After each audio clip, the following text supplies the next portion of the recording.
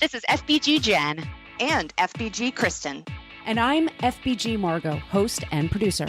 You're listening to the podcast that will help you keep a lid on the junk in the trunk and inspire you to live a happy and confident life. Each episode, we chat with motivational experts and celebs and share our own candid adventures in being healthy. If you're looking for a podcast that's equal parts hilarious and enlightening, well then welcome to the Fit Bottomed Girls podcast. Inspire yourself, inspire others, and smell great naturally with Inspire Bath deodorant sprays and lotions. We use them, we love them, and we think you will too. So just go to inspirebath.com. Welcome back to the Fit Bottomed Girls podcast. This is FBG Margot, and on the line today, we have FBG Jen. Hey. And we have FBG Kristen. Hola. Hola. We have a wonderful guest today. I just loved having her on the show. It's nutritionist Ellie Krieger, and Jen and I were lucky enough to talk to her all about probiotics and other amazing topics. And so, Jen, what did you think of this interview? I love it. I love her. I've been such a fan of hers for forever, since the beginning of FBG. We got the chance to interview her. I've talked to her a couple times through different stuff because she's written a ton of great cookbooks. She's so much like us when it comes to not dieting and everything in moderation and just being really balanced and, having a delicious, not overly restricted lifestyle that I love her. She's super warm. She's super normal too. She talks about probiotics. Is it prebiotics and probiotics? We really went into the difference between them. So if you're ever interested in that topic, because they seem to be everywhere nowadays, and gut health and all that stuff. So she's very informative. And I just wanted to ask you guys, taking my probiotics, did you guys ever try it? And I don't know how to pronounce the brand. Is it a hard G or soft G? But it's Forager Project. They have a dairy-free organic cashew yogurt. And it's a drinkable yogurt, and they have it in strawberry and blueberry, and they sell it at the Whole Foods in my neighborhood, and I will shove a pregnant woman out of my way to get to it. It is so tasty. I now always have this in my fridge. So that's my way of trying to get a little extra probiotics in my life. And Jen, did you have something you were into? Yeah, that sounds delicious. I'll have to try that. I mean, not when you're in the store, but no. You're just throwing elbows at Whole Foods. So recently, because normally I'm a big kombucha. I'll do kombucha, or I actually will invest in, because they're expensive, the refrigerated supplements that are probiotics. I'll get those.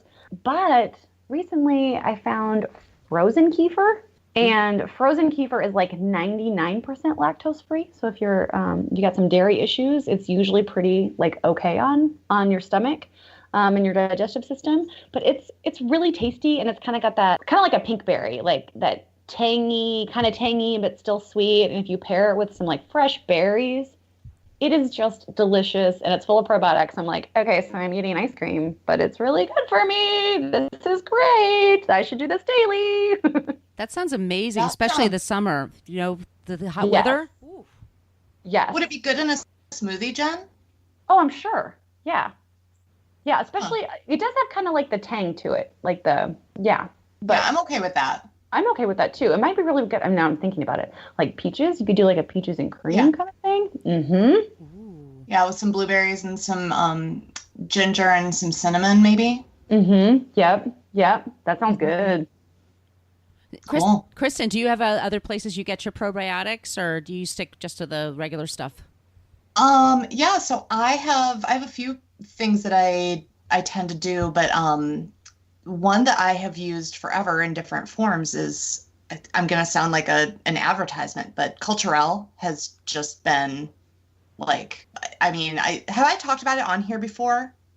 I know that Jen and I did a campaign with them a couple of years ago, so I can't remember if I talked about it here, but maybe back in my early 20s, I was having some gut issues, and I didn't really know what I needed to do about it. And I ended up going to a doctor, and she recommended that. And it was that plus fiber that really helped. And so, now I'm pretty good about trying to get some Culturelle in, either in the pills, or I think the campaign that we did introduced me to their like Pro Well plus Immune Health little packets. It's like a powder that you pour into water or into your smoothie or whatever.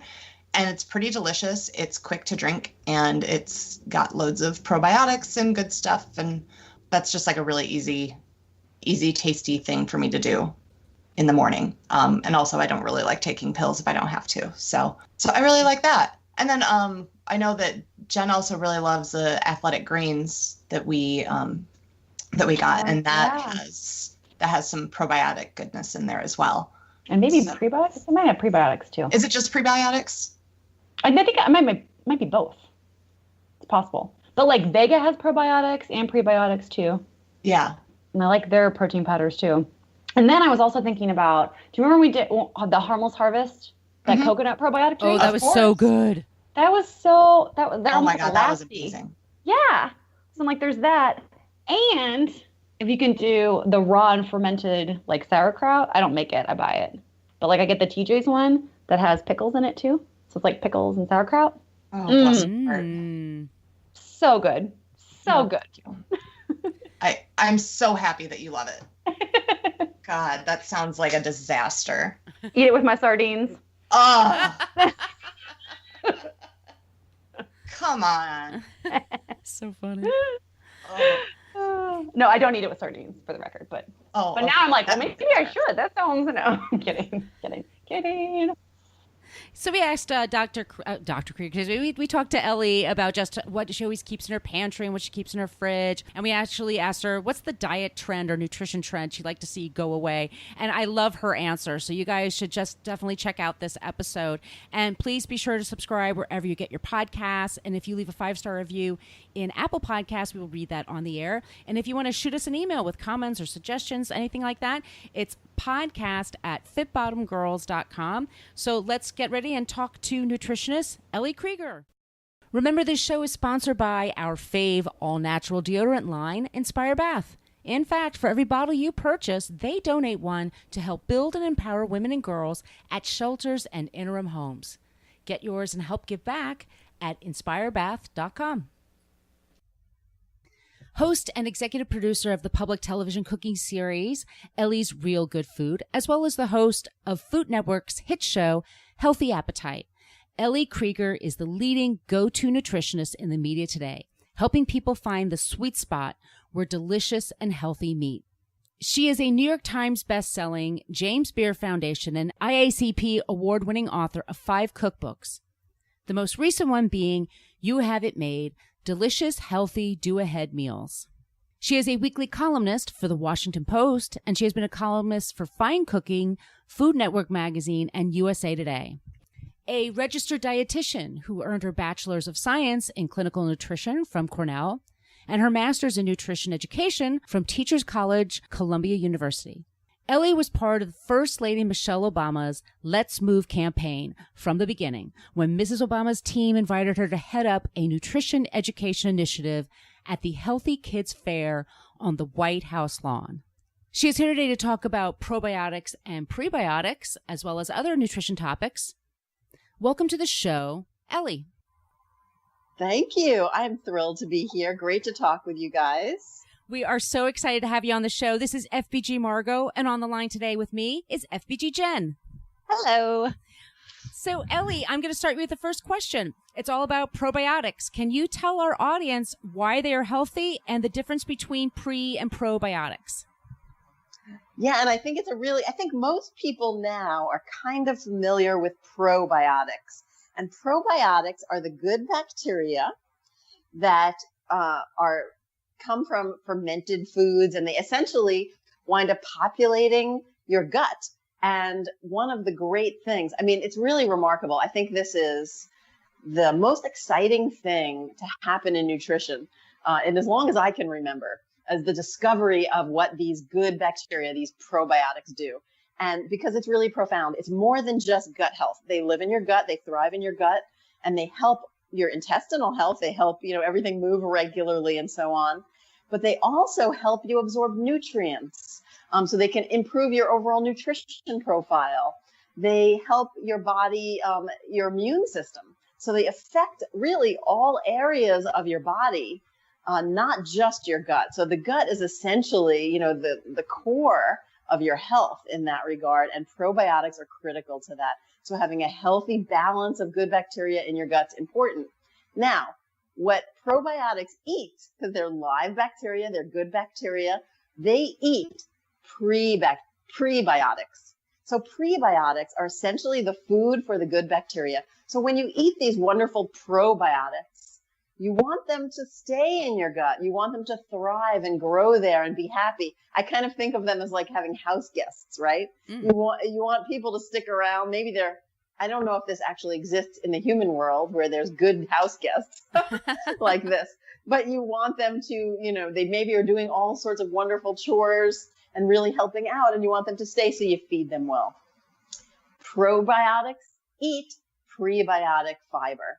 And so it's a really exciting, because actually I'm working with Renew Life Probiotics, which is a wonderful line of probiotics, which has recognized this and actually has a new line that incorporates prebiotics into the supplement. So it's an organic line with probiotics and prebiotics, the Renew Life Ultimate Flora. Cool. So then what do you recommend in terms of how people can get more probiotics and prebiotics, both on the supplement level and then on the whole food level? And I would love also if you could, this is like kind of a long question, I'm sorry, if you can also kind of talk about a little bit about how many, because I see on packages, like 1 million, 2 billion, multiple strains. Like, can you kind of break some of that down too? That house guest analogy was like so great. Yeah. Well, thanks. Yeah, sure. So first of all, in terms of the amount to get, I think there's definitely a range that is a good amount. Okay. And you can get probiotics and prebiotics through food, which I recommend. And I'm always like food first, right? But also I recommend in conjunction with eating probiotic and prebiotic rich foods, which I can tell you what those are in a minute. I recommend taking a supplement in addition, because probiotic food, let me just back up a minute and talk about what foods have prebiotics and probiotics. So probiotic food is food that is fermented, okay? So it's yogurt, which has active cultures in it, and those active cultures are probiotics. And yogurt is a fermented dairy product. So is kefir, which is one of my kind of favorite discoveries as of the past couple of years. I've just loved kefir, which is it's like a drinkable yogurt kind of, and that is very rich in probiotics.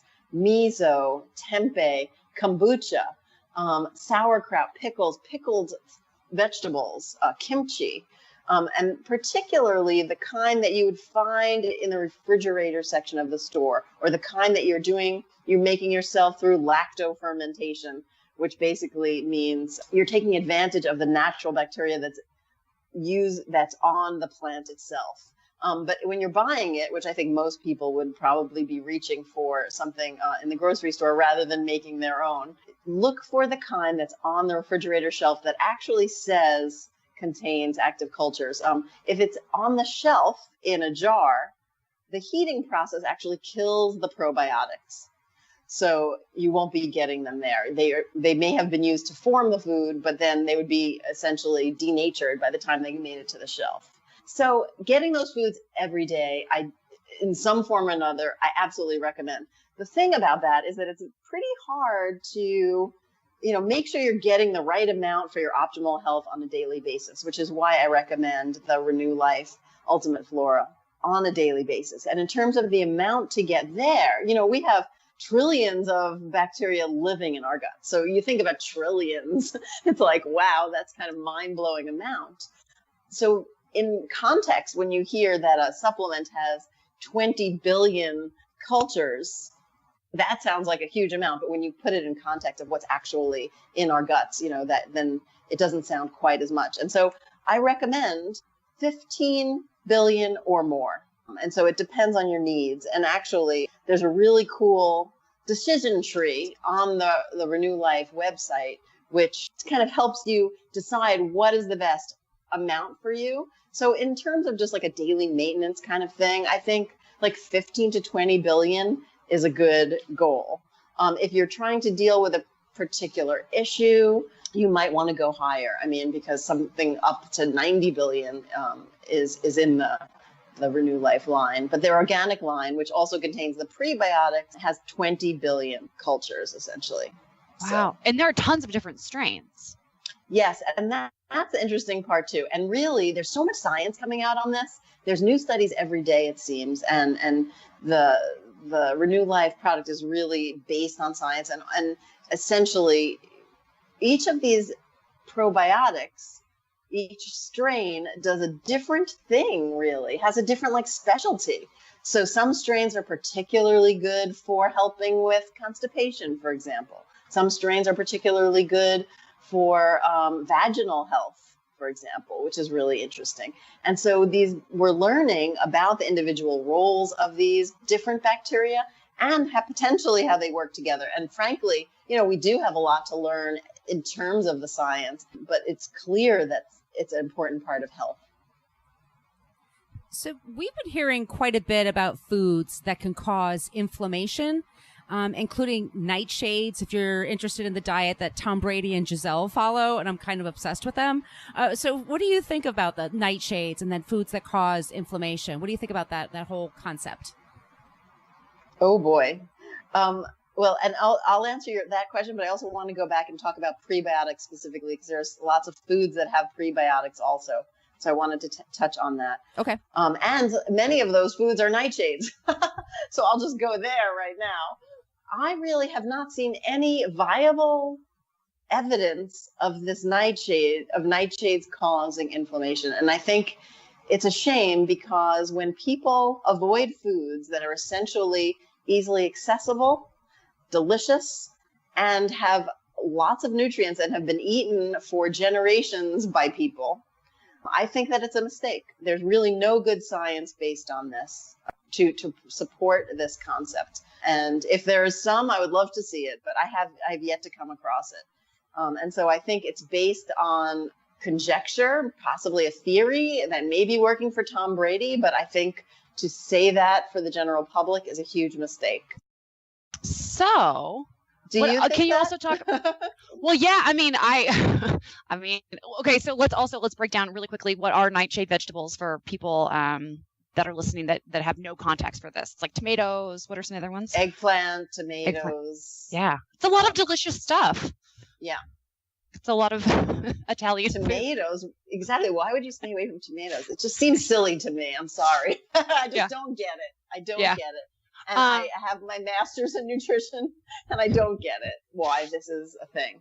So I think this is a good segue, and maybe we can know the answer to this a little bit based on that answer. But what do you think is kind of the biggest, like if there was one health food fad that you could just, like wipe off the face of the planet, what would it be? Oh, there are so many. I know, right?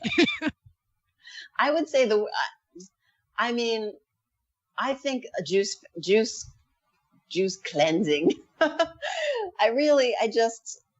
I find it, I think it can be, I think sometimes, I hate to say that never do something. I think never's not in my food vocabulary, right? So maybe there's a spiritual journey that you're going to take or it's a religious thing or something where you're fasting, juice fasting, and that may have a good place, a healthy place in your life. But most people are doing this to drop pounds quickly, and it's a huge mistake.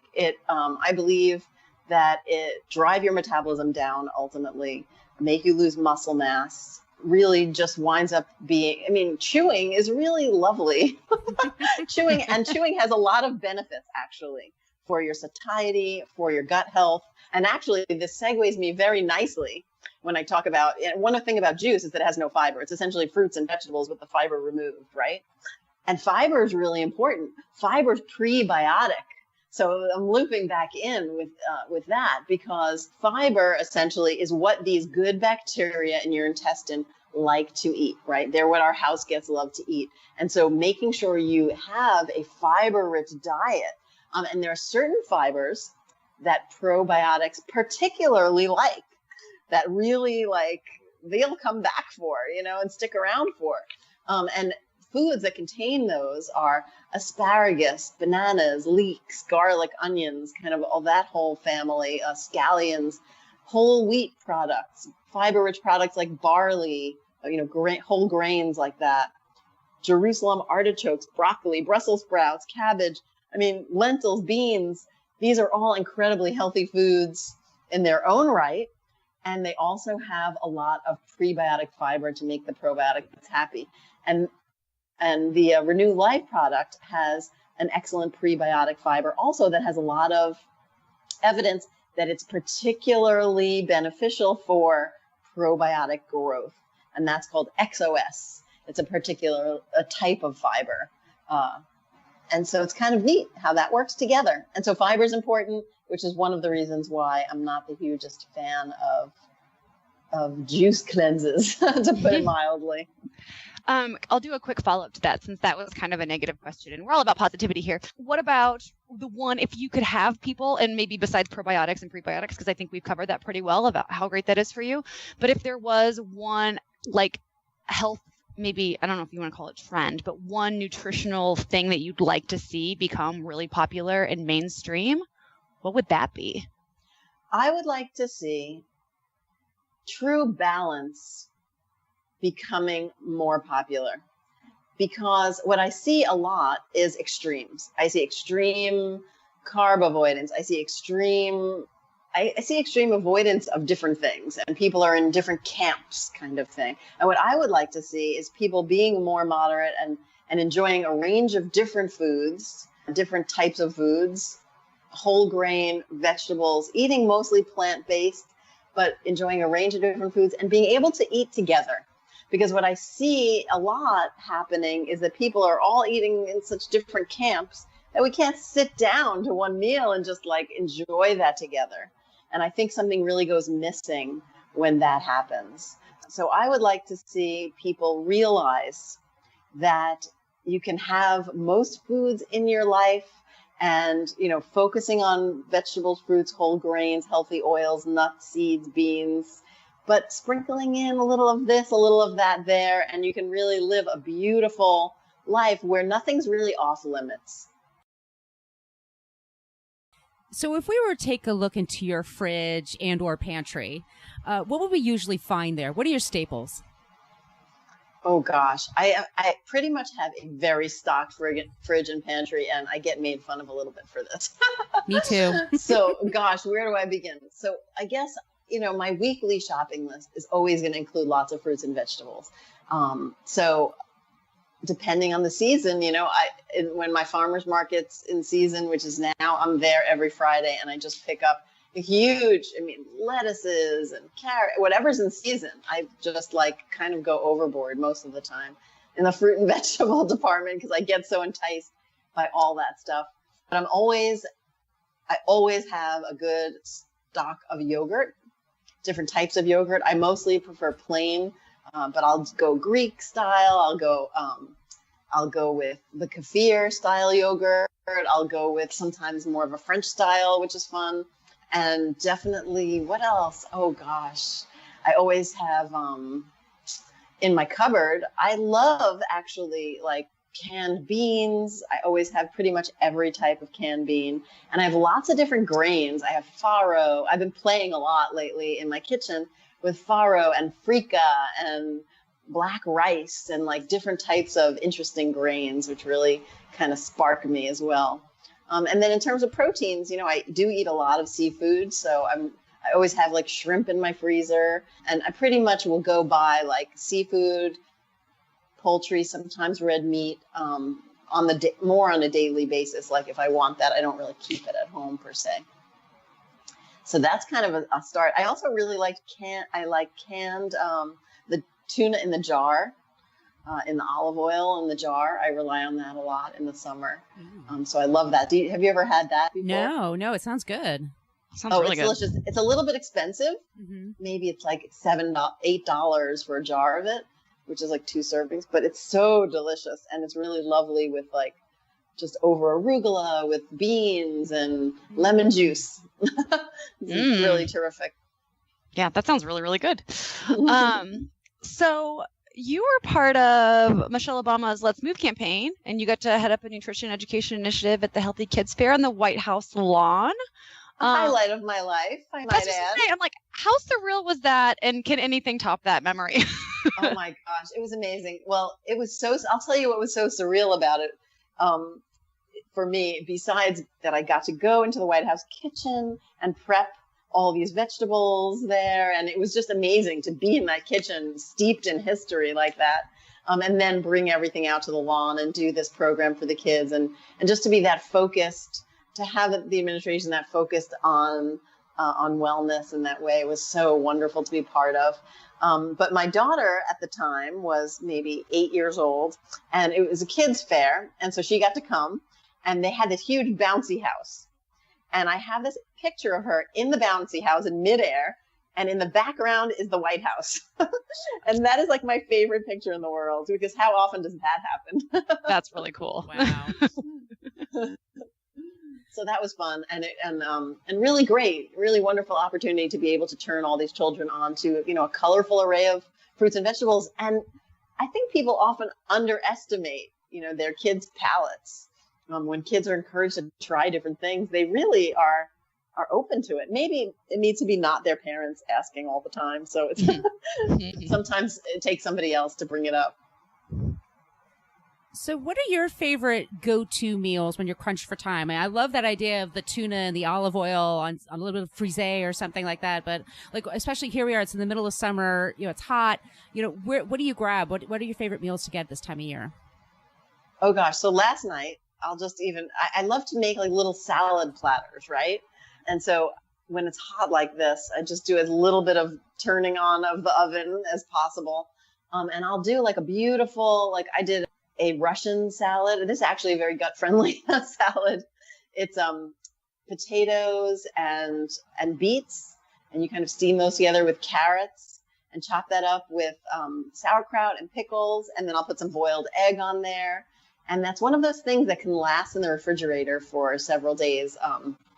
My most recent book is actually called You Have It Made, and so I have all these salads in there that actually last in the fridge. So a lot of times I'll just make a big grain salad or make a big Russian salad like that and keep it in the fridge and just kind of have that.